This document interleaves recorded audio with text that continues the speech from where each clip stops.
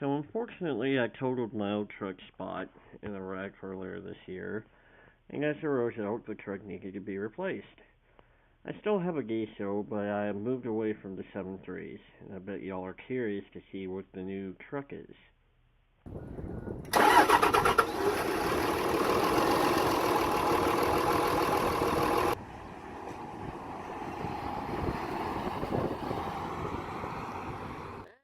Are y'all excited? I sure am. Let's do this. This is a 2006 Dodge Ram 3500 Mega Cab 5.9 Cummins 6-speed manual 4x4. It's a great truck, in my opinion. Now, I had two Ford Power Strokes before, both of them the 7.3. And while I have nothing really bad to say about the 7.3s, I just got tired of them not starting when it was cold. This truck has no problem starting in the cold. Overall, I think it's a great truck, especially given the miles on this thing. This truck, believe it or not, has 362,000 miles. I picked it up with about 360,000 miles on its clock. Drove it home from Alamosa, Colorado, back home to Colorado Springs, Colorado. About 163 miles for those of you that were wondering. Now, for those of you that know me fairly well, when I first got interested in diesels, it was mostly either the GM diesel products or Cummins that I was interested in.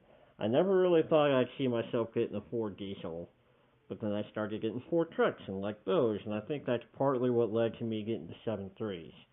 But I've been wanting a Cummins for a long time, and it's finally here.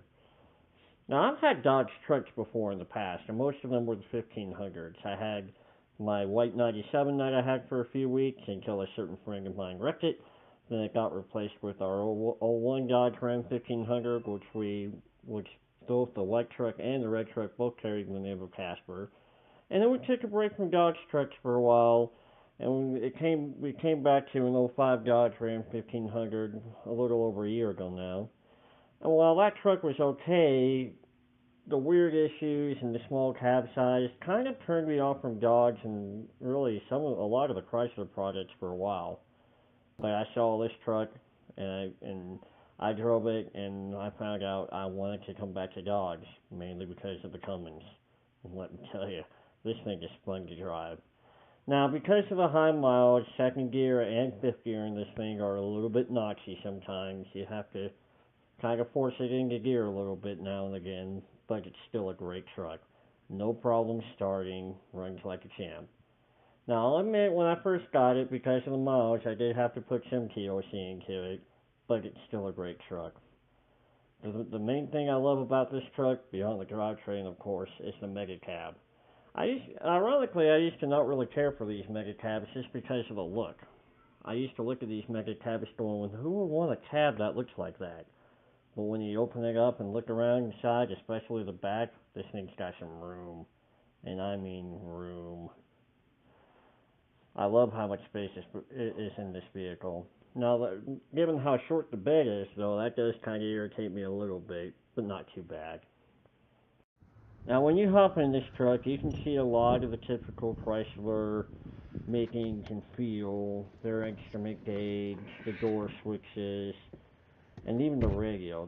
That is my pet peeve about the radio is how dim that display is. I mean, at night you can see it okay, but during the daylight you can barely make it out half the time, especially if the sun is anywhere near shining on it.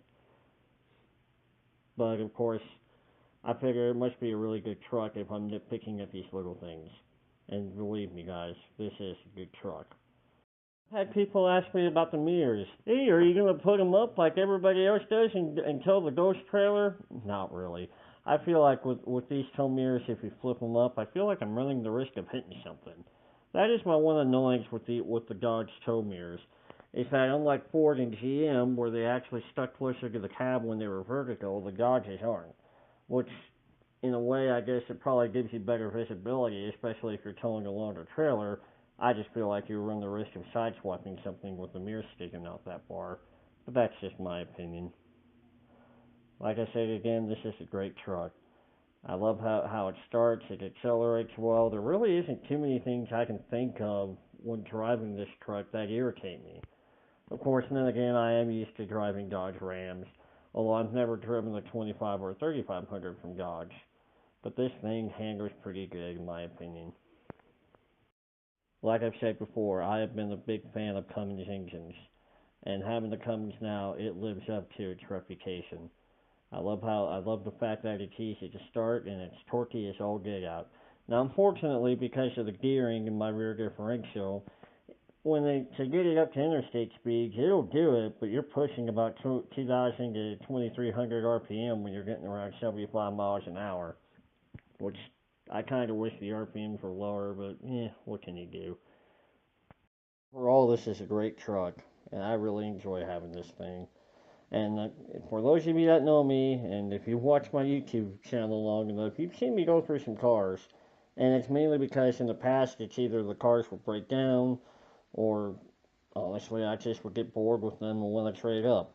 But this is something I know I've been wanting for a while. And I can honestly say, I don't really see anything happening to this truck. Because like I said, it's what I've been wanting for a while. Great truck, fun to drive, hauls the family around safely. I'm happy with this truck. Anyway, thanks for watching. I hope you guys are having a great day, night, week, weekend, whatever time it is, wherever you may happen to be at. Feel free to check out my page on Facebook, or of course rate, comment, and subscribe. And we'll see you in the next video.